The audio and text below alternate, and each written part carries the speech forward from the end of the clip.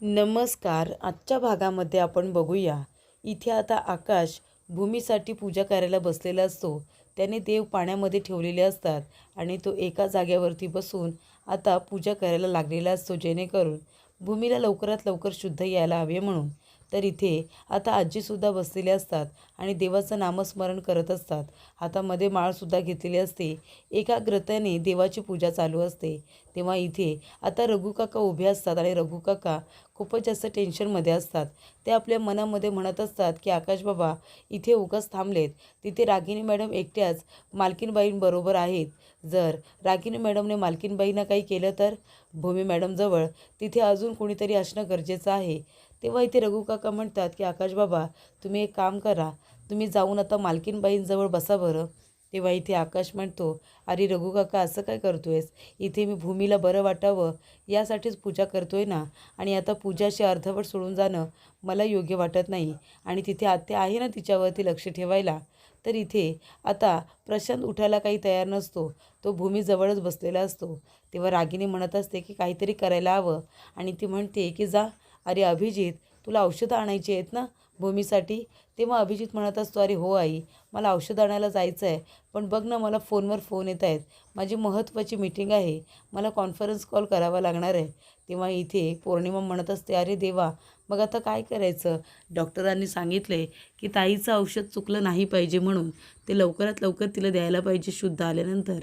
तेव्हा इथे प्रशांत म्हणत असतो, हे बघा तुम्ही काळजी करू नका, औषध माझ्याकडे द्या, मी घेऊन येतो. तेव्हा इथे आता रागिनी म्हणत असते की चला आता प्रशांत खाली गेला आहे, तुम्ही दोघं जर एक काम करा, त्याला बोलण्यामध्ये आता बाहेरच गुंतवा, त्याला आतमध्ये येऊ देऊ नका लवकर. तेव्हा इथे रघु काकांनी सगळं बोलणं ऐकलेलं असतं आणि ते आता तिथून लगेचच पळून जातात. कारण पौर्णिमा आणि अभि प्रशांतला थांबवून ठेवण्यासाठी आता खाली येत असतात. रघु काकांनी मात्र आता सगळं बोलणं ऐकलेलं असतं. त्यानंतर इथे जेव्हा ते दोघं जरा तिथून निघून जातात, तेव्हा रघु काका आता पुन्हा दारामध्ये जाऊन बघत असतात की इथे रागेने भूमीला मारण्याचा वगैरे तर प्रयत्न करत नाही आहे ना. तर इथे आता आजी नामस्मरण करत असतात, जेणेकरून भूमीला शुद्ध लवकरात लवकर यावी म्हणून. आणि जे काही एका वर्षामध्ये मागील घडलं होतं ते सुद्धा तिला आठवावं यासाठी. तेव्हा इथे आता रागिनी म्हणत असते, ए भूमी, भूमी उठ, अगं तुला शुद्ध वगैरे येते की नाही, की नाटक करतेस ते मला बघायला नको का? तुला खरोखर एका वर्षामध्ये जे काही घडलं आहे ते आठवतं आहे की नाही ते मला बघायचं आहे की तू नाटक करतेस. तेव्हा रागिनी म्हणत असते की उठ भूमी उठ, या कीर्तनाचा तुझ्यावरती कितपत परिणाम झाला आहे ते तरी मला बघू दे. तर इथे ॲडव्होकेट भानुशाली यांनी आता एका माणसाला भेटायला बोलावलेलं असतं. तेव्हा तो माणूस आता येतो. ॲडव्होकेट भानुशाली म्हणतात की या आतमध्ये या, महत्त्वाचं बोलायचं आहे. तेव्हा तो माणूस म्हणतो, काय बोलायचं आहे बोला ना. तेव्हा भानुशाली म्हणतो, हे बघा आता तुम्हाला एक काम करायचं आहे, आता त्या कामाचे तुम्हाला खूप सारे पैसे मिळतील. आणि इथे ॲडव्होकेट भानुशाली पैसेसुद्धा दाखवतो आणि म्हणतो की हे आहेत त्या कामाचे पेपर्स. आता तुम्हाला हे पेपर्स बघायचे आहेत आणि याच्यामध्ये काही बदल करता येतील का ते सुद्धा बघायचं आहे. आणि काही करून त्या आकाश महाजनला या प्रकरणामध्ये आपल्याला फसवायचं आहे. आता ते कसं करायचं, काय करायचं हे तुमचं तुम्ही बघा, पण तुम्हाला अशाच पेट्या 3 मिळतील आणि त्या तुम्हाला तुमच्या घरी घेऊन जायच्या आहेत. तेव्हा आता ह्या कामाचे पैसे किती मिळत आहेत याचा विचार करा आणि प्रामाणिकपणे तुम्ही तुमचं काम करा. काही करून त्या आकाश महाजन याला आपण फसवायचं आहे, त्याला कसं जेरबंद करायचं मी याचंच आता विचार करतो आहे. तरी ती भूमी आता शुद्धीवरती येण्यासाठी आकाश आणि आजी दोघेही आता पूजा करायला बसलेले असतात. तेव्हा रघु काका म्हणत असतात की आकाश बाबा तुम्ही एक काम करा, तुम्ही जा बरं आता मालकीनबाईंबरोबर, मी इथे थांबतो आणि इथे आता देव पाण्यात ठेवलेत ना, मी पूजा करतो, जा. मी केली तर काय झालं? तेव्हा इथे आकाश म्हणत असतो, नाही रघु काका, अरे मी मगापासून बसलो ना पूजा करायला, मग आता असं अर्धवट सोडून जाणं मला तरी योग्य वाटत नाही. तेव्हा थांब, मला माझी पूजा आता पूर्ण करू दे. तर इकडे भूमी आता आपले डोळे हलवत असते, तिला आता शुद्ध यायची वेळ झालेली असते. तेव्हा इथे भूमी हळूहळू आपले डोळे उघडत असते. तेव्हा इथे भूमी म्हणत असते की मी कुठे आहे, मी काय करते? तेव्हा इथे आता रागिनी म्हणत असते, अगं भूमी तू तुझ्या रूममध्येच आहेस. तेव्हा इथे तुला बरं वाटतंय का? तुला आता शुद्ध आली आहे, तू बेशुद्ध झाली होतीस, तुला आठवतं आहे का? तेव्हा इथे भूमी म्हणते, नाही मला तर काहीच आठवत नाही आहे. तेव्हा इथे आकाश आता जेव्हा देवावरती पाणी टाकत असतो, त्यांना पाळत ठेवलेलं असतं, तेव्हा इथे आकाशला भास होतो की भूमी बरी झालेली आहे. तेव्हा इथे आकाश म्हणतो की माझी भूमी बरी झाली. आजी, मला हे बघ देवाने संकेत दिला आहे. तेव्हा इकडे रागिनी म्हणत असते की भूमी शुद्धीवरती तर आता आलेली आहे. तेव्हा इथे रागिनी विचारते, भूमी अगं तुला काय आठवतंय? तुला कितपत आठवते मला सांगशील का? तेव्हा इथे आजी म्हणत असते, काय रे आकाश, काय झालं? आकाश म्हणत असतो की आजी, भूमी शुद्धीवरती आली आहे, मला खात्री आहे, माझा विश्वास सांगतोय. तेव्हा इथे आता आकाशसुद्धा म्हणतो की मलासुद्धा जायचं आहे माझ्या भूमीला बघायला. माझं मन मला सांगते की भूमी शुद्धीवरती आली आहे. तेव्हा इथे आजीसुद्धा येतात आणि म्हणतात की जा मग लवकर रूममध्ये जाऊन बघ. तेव्हा इथे आकाश म्हणतो की आई योगेश्वरी आणि देवा, मला माफ करा काही चुकलं असेल तर, पण माझ्या भूमीला आता लवकरात लवकर बरं वाटू द्या. तेव्हा अभिच्या फोनवरती रागिनीने आता मेसेज केलेला असतो. ती म्हणत असते की भूमी शुद्धीवरती आली आहे, पण अजून थोडा वेळ तरी वरती कुणालाही पाठवू नका, तिथेच बोलण्यामध्ये आता थांबून घ्या. तेव्हा इथे अभि आता टेन्शनमध्ये येतो, कारण आकाश आता भूमीला भेटण्यासाठी त्याच्या रूममध्ये जायला निघालेला असतो. तेव्हा इथे रागिनी म्हणते, भूमी बाळा डोळे उघड. तेव्हा इथे भूमी हळूहळू आपले डोळे उघडते. तेव्हा इथे आजूबाजूला बघत असते तर रागिनी तिच्याबरोबर असते. तेव्हा रागिनी म्हणते, भूमी बाळा तुला उठायचं आहे का? आणि ती तिला उठवण्यासाठी सुद्धा मदत करते. तेव्हा इथे रागिनी म्हणते, भूमी तुला चक्कर कशी काय आली गं? काय झालं होतं तेव्हा? तेव्हा इथे भूमी म्हणते, काय माहिती आत्या, मला कशी चक्कर आली, मला गरगरलं आणि मग मी खाली पडले. त्यानंतर मला काहीच आठवत नाही आहे. तेव्हा इथे रागिनी म्हणत असते, पण असं काय झालं होतं म्हणून तुला चक्कर आली? काय वाटते बाळा, तुला सांग ना मला. तेव्हा इथे तुला पाणी हवं आहे का? तेव्हा रागिनी भूमीला पाणी प्यायला देते. तरीसुद्धा इथे रागिनी पाणी दिलेलं भूमी पित नाही. तो ग्लास ते बाजूला करते. रागिनी म्हणते, भूमी जे काही तुझ्या मनात असेल ना ते प्लीज मला सांग, मलासुद्धा कळू दे. आणि हे बघ, गुरुजी जेव्हा ते सगळं काही बोलत होते तेव्हा तुला काही आठवत होतं का गं? काय आठवत होतं ते सांग बरं मला.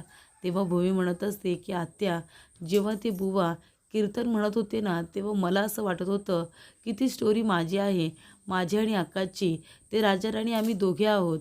तेव्हा इथे रागिनी म्हणते, हो ना, ते राजा राणी गोष्टीमधले होते आणि खऱ्या आयुष्यातसुद्धा तू आमची राणीच आहेस ना, आमच्या घरची सून.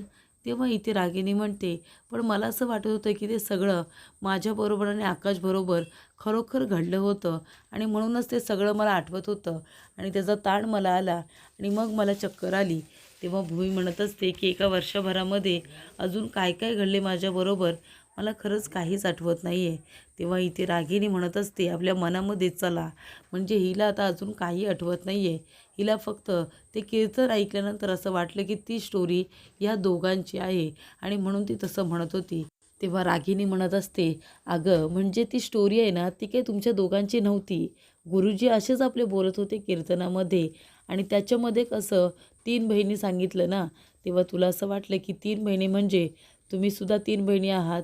तू, भूमी आणि मग मानसी आणि पौर्णिमा, अशा तिघीजणी तुम्ही बहिणी आहात.